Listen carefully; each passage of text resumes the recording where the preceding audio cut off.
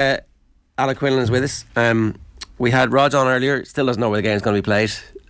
Quietly hoping for it to be in Dublin. It sounds like I'll fly to Belfast and get the coach down, but not ideal for Ulster to be facing La Rochelle all of a sudden in the RDS if that does happen. No, it wouldn't be. I think given what happened last week away in Sale, they'd like to get home, get the crowd behind them, get a good start in the game, because I think I was listening to both of you this morning, and Roger's always intriguing about the mental side of things and standards and stuff like that, and it doesn't surprise me at all that he's always thinking that way. He was like that as a player. So mentally getting the La Rochelle side after winning it last year, and it's always hard when you win a trophy to keep the standard or even improve it, because every team that play La Rochelle, it's a big game. It's a bigger game because you've won something.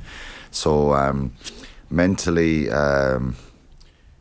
it's a big test for them as well, going away to Ulster and knowing there's going to be a reaction. We spoke about that on Monday and it's a lot of people have spoken about the surprise at Leinster, at Ulster, the way they capitulated over in Sale.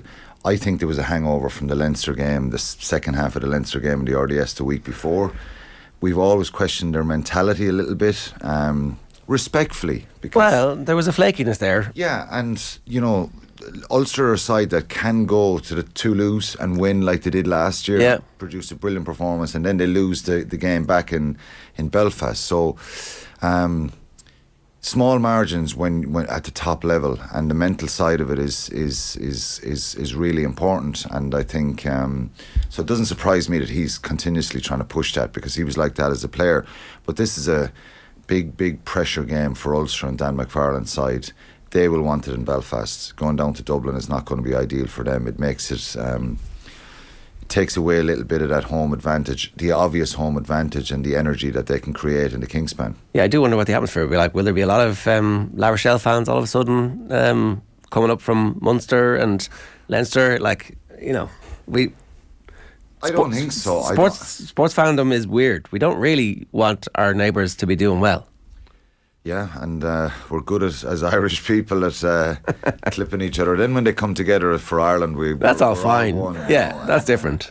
But I think there's a lot of people would have a lot of respect for Ronan, particularly in the supporting him playing for Ireland. So it wouldn't surprise me if there was Munster people and Leinster people hoping that La Rochelle could possibly beat Ulster.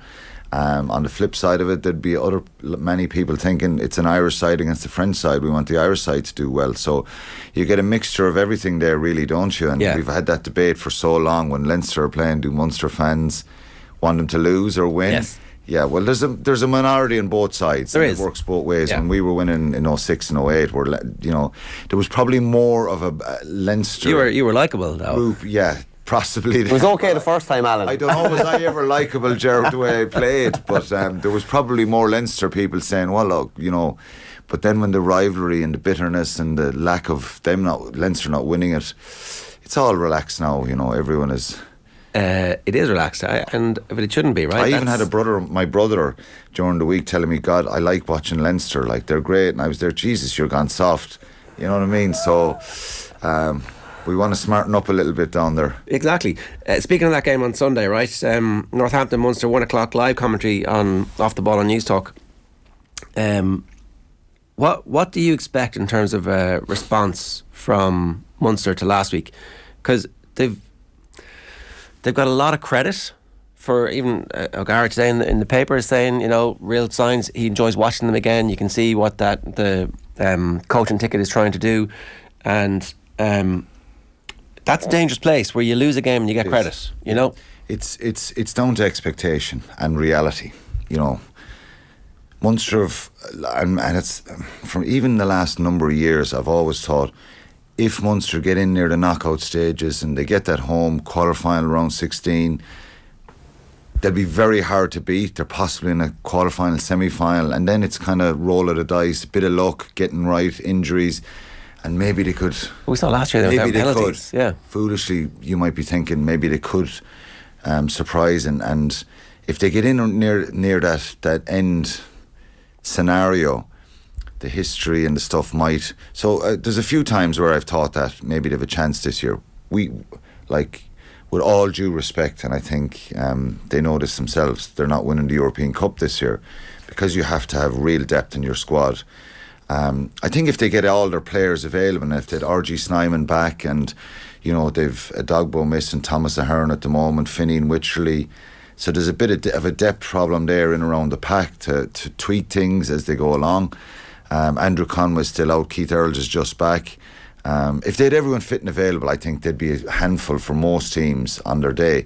But so giving them the pass is down to really, and I spoke about this at the start of the season, is the expectation and the change of the way they're playing and dealing in reality. So what we're seeing now, and I've always said this about Munster fans, and I feel it as a former player, if you go out and play with passion, fight, energy, and you're trying to play, the fans will accept that. Of course they'll give out when they lose and things should have been better and stuff like that. But, it's not that the Munster mentality is now accepting of being second best or second rate or third rate or whatever the case may be. But I think there's a little bit of optimism there, and it's kind of a bit more of a glass half full. People are trying to be optimistic there and say, look, they've seen changes, and we've seen them. So most teams would struggle against that Toulouse side, home or away. The one thing is that there have been in the Van Graan era, and it's hard to compare and contrast because it's so early in the new era, right? But in the Van Graan era, there will be these good one-off performances, and then immediately afterwards there'll be a letdown. So they do. Ulster beat them in the quarter-final at home a couple of years back, and then last year the Toulouse game, great, but then immediately afterwards URC out. Competition over, season over. That's down to depth, it's down to mentality, it's down to coaching. A lot of teams, it's like the FA Cup, isn't it, historically in England, or a club GA game where the favourites are coming to town or whatever, and you can rally the troops, you can create a buzz and energy, you can go out and rip into them, the old Irish mentality, bring passion, energy. You can't do that every week, Ger. You can't get that energy and emotion at any sport. Where you get a balance is it's built on sand. And it's having depth. Ger so you tweak it 3 or 4 changes. The guys that are coming in are hungry, but they're good players as well. And well coached. They're pissed off that they're not selected the week before, so they have a point to prove. So you can actually, Cody has done it the best over the years, hasn't he, with Kilkenny? Making those 2 or 3 changes, keeping that the fire's burning. And creating a little bit of a bitterness and stuff. It's down to depth. So Munster don't have that depth across the board, and they don't have that experience. But what we're seeing is some young players and some positive signs. So it's a big game. It's a massive game because this is one now that don't make sure the progress is real. The kind of free pass is not there for this one. So if Munster go over to Northampton and have a really poor performance and are beaten, well then it kind of sets them back a little bit. So it's a pressure game for them. If they win it, they have a real chance of being in the round 16, because you'd imagine then that Northampton are finished because they've lost their first 2, that Munster would beat them in the back-to-back game, and then they're possibly on 8 or 9, 10 points, but they didn't get a bonus. They got a losing bonus point last week, so if they were to get 4 or 5 over, you're on 5 or 6. And then the Northampton game, you could be up around 10 or 11 points, possibly. Yeah. You're in the qualifying zone there, and then you're heading to Toulouse with the pressure off, throw caution to the wind a little bit, and they're in the round 16. But look, losing Sunday, and it's there's no round 16. No. But the reality is they're playing a side that it just depends what Chris Boyd and his Phil Dowson, who I played against many times. If it was him standing in front of the players, he's a real competitive guy. I played against him many times. He's their coach. I think that they're going to meet a Northampton side, I think, that won't make it easy for them and will really want to win this game. So it's a pretty it's a tough place to go in Northampton. But it's a real test for Munster, and there's no gimme here. I don't like the fact that there's a bit of Munster will go to Northampton and win on Sunday. They're not saying it themselves.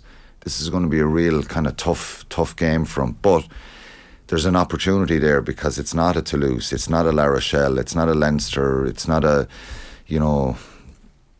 big squad of players. Just as a brief aside, Alan, on something you mentioned earlier, you had an edge to your play. There was a bitterness towards, we'll say, the Leinster players. How did you find going into the Ireland camp then? Were you able to camp that? When you're seeing a lad and you're not, you're very physical with him, all that kind of crack. Were you able to part that when you went into Ireland? And is that completely different now? The edge, not that saying that the edge is gone, but they're with each other so much more now at international level. It's taken away a bit of that edge. It as has, well. and it's down to it. We spoke about these rivalries many times. Yeah, it's Team Ireland now, and that's maybe it's for the best. It takes a little bit away. It doesn't mean that Leinster or Munster don't want to beat each other, and Leinster have shown that. They've been pretty ruthless in their performances against Munster. They'll always want to beat each other, and the same with the other provinces. Connacht, Munster's become a real kind of spark to that derby match over the years.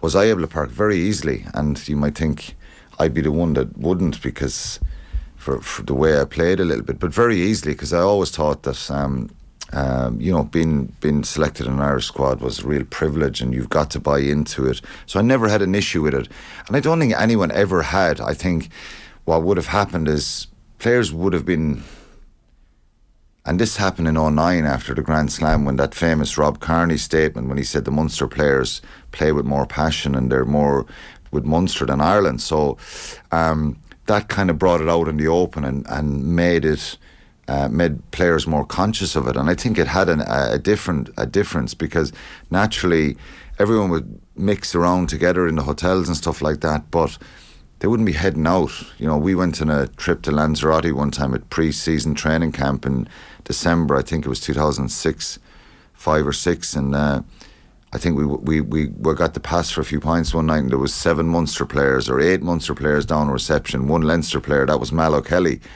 And it wasn't that the Leinster fellas didn't want to go, but they were naturally doing stuff with themselves. They were cliques, though. That's the definition of cliques. Yeah. But when that was brought out in the open, saying, we hadn't really thought about it. So it was just naturally, well, you're at dinner and you kind of go to a couple of your closer mates and friends that we go for a pint, or we're going down to the shop, or we're going out for a bite to eat. That stuff happened.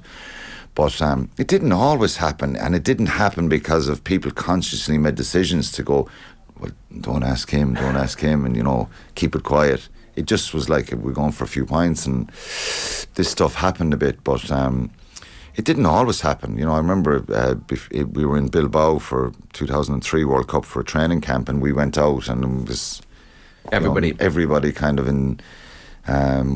So that didn't always happen. So, but I think around that time it was really. Declan Kidney was the one who kind of had that meeting and stuff, and it was well documented that here's a young Leinster player challenging a kind of a group who maybe...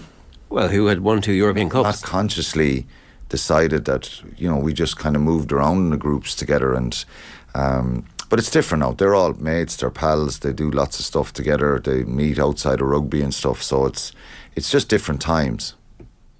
Let's talk about the Leinster-Gloucester game. Gloucester make 13 changes from their win over Bordeaux last week.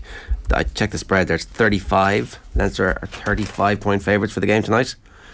Not great for the Heineken Cup. No, it's not, and it's very disappointing in a sense that you're in round 2, and you have this many changes in a Gloucester side coming to Dublin. Do I blame Gloucester? Well, no. So just explain. They're going to be grand. Well, they won last week against Bordeaux. Bonus point win at home, 5 points on the board. They've 3 games left in these rounds. There's 4 rounds, so they've 3 games left. They have big Premiership games coming up in the next few weeks and through the festive period. Do they send their full strength side to Dublin and still realistically get beaten, get bruised and battered, or do they rest them this week, concede the match practically, and keep them all ready for their league game next week and their run of matches that they've coming up? So I don't blame Gloucester. I think the tournament format, there's a problem with it. I'm kind of sitting on the fence here because I find it hard. I think the format changed. The problem here, player welfare and all that stuff, has come to the fore in the last number of years for rugby. Finding more weekends for these, and like that emotional thing that I was saying to you, Michael, getting kind of up every week and expecting teams to be up and all big games is hard, and it kind of wears out clubs and players. But something has gone wrong. The 2 pools of 12 makes it very confusing to know who's playing who. Or what relevance the table has. You can go into your computer or your phone and see the fixtures and find them, but just having people talking about them, having an interest in them. Well, the pool draw was great because you used to be able to go, the back-to-back would be around now. There'd already be a couple of games gone. I just love that as a player. Yeah. You're going over start of December, and these 2 weekends in December, last week and this weekend, back-to-back. I'll never forget playing Perpignan in I think it was 2002 or 2003.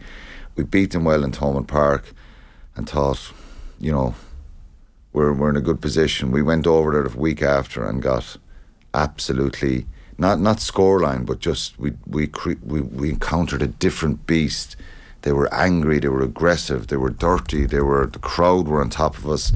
I loved that, and over the years it was brilliant. I'm not saying that it has to go back, but there's something wrong now that you're in round 2 and you've teams, and they won't be the only team that'll be picking weekend teams this weekend, Gloucester. But it's disappointing because... But Gloucester can pick a weekend team, get hammered by 60 points and still qualify for the last 16. So they can go then and play Bordeaux away in the next game. And by which stage Bordeaux? No, Leinster away in the next game. Still having Leinster at home is going to be very difficult for them in the King's home, but their priority is the Premiership, and if you ask them what their goal is this season, is it to win a European Cup? I don't know, but it's a shame, it's a pity, because the old format, and a lot of people mention the old format, but going back to what I was saying, we've a less weekend this year in the Champions Cup, Heineken Champions Cup, because we normally would have had 9 rounds. We've 8 rounds this year. We had 9 last year, even in the old format. Yeah. But going right back to the old format of the pools of 4, coming out of that, top 2 maybe get out. Can I move on? Because I'm nearly out of time, but during the week, I was like, Warren Gatland, he's just back. What's the first grenade he's going to lob? It's like, Andy Farrell's the only man for the Lions job. I was like, that's interesting, Warren. Wonder what his experience was coming back from the Lions every time, and how easy it was to just drop the players, not bring them on the Lions tour and then go back into the squad and go, no, I still love you, you're still really good, you're just not as good as him, but I'm going to ask you to go and beat them now next week. It's not, I often wonder if actually no current international head coach should be the Lions manager, that actually you need to be outside of the 4 countries. Yeah, but he's had great success, to be fair. The biggest disappointment was the last tour, I think. Yeah, it was terrible, but coming back was always difficult for him. Yeah, very difficult, because you had an interim coach stepping in for Wales. He would have been out of the job for a year. But it worked. It seemed to work. Would it work again? So if Andy Farrell was to step out for a year, maybe that's what happened with the Emerging Ireland tour, to let these players, the other coaches off and see if they can do the job. Who knows? But he is the obvious candidate, and I think... so who's the interim head coach? Who's the interim head coach? Well, it's either Simon Eastery, Paul O'Connell. Well, do they oil up and wrestle for the job, or is it like, no, you take it? It might be a joint role. Neither of them might want it, but I don't know. He's if they're for the next Lions tour. But listen, all can change in 2023. It did happen in 19. So. Andy Farrell might be under pressure this time next year, World Cup, all that kind of stuff. So who knows? And he knows that. But I think at the moment, there's 2 ways of looking at it. Glass half full is the glass half full is there's a load of Irish players in the Lions tour if it's next week, and also then that can change very, very quickly. Sure, but to finish that, like if he goes and does the job right, and O'Connell steps up and is the interim head coach, then the succession plan is immediately there for after the next World Cup. Say it all goes well, right? For whatever that definition is, then O'Connell gets like a full year being the head coach with no massive pressure, because he knows that Farrell's coming back after the Lions, and he's got that experience. And then the IRFU are in a happy place where it's like, well, we know we have an international quality head coach who's cut his teeth, has had the experience, is part of the system, and is so I can see how that would work. Yeah, but that's if the results are good. If it happens, you know what I mean. So it's a results-driven business. Glass half empty, it all goes to shit. Yeah, of course. But at the moment, you would think he's the obvious candidate, and I think this time with Gatti, I think He's just telling the truth. It's not a grenade. Yeah, it's not a grenade, and I think always, he's always they have thinking a very something. good relationship as well, Andy Sure they Farrell, do, I'm sure and they so do, yeah, he yeah. could be an assistant coach. I'm just cynical, Oh, maybe, yeah. Could be he could do going that. with Andy Farrell, roles reversed this time. Having the crack. Yeah, for sure. As a agent provocateur. Well, that would be interesting. So long as Andy Farrell gets to decide what rugby the Lions plays as opposed to Gatlin, because it was terrible the last time. It wasn't good the last time, and but that wasn't down to Warren Gatlin totally. No. I think it was these assistant coaches and stuff And Razzie. came out about that as well, the way they played. They tried to muscle up against South Africa, didn't they, and not play rugby and hope. It got them one result, but lost them the other two tests. All right. Alan, good stuff. Thanks a million. Cheers, thanks, lads.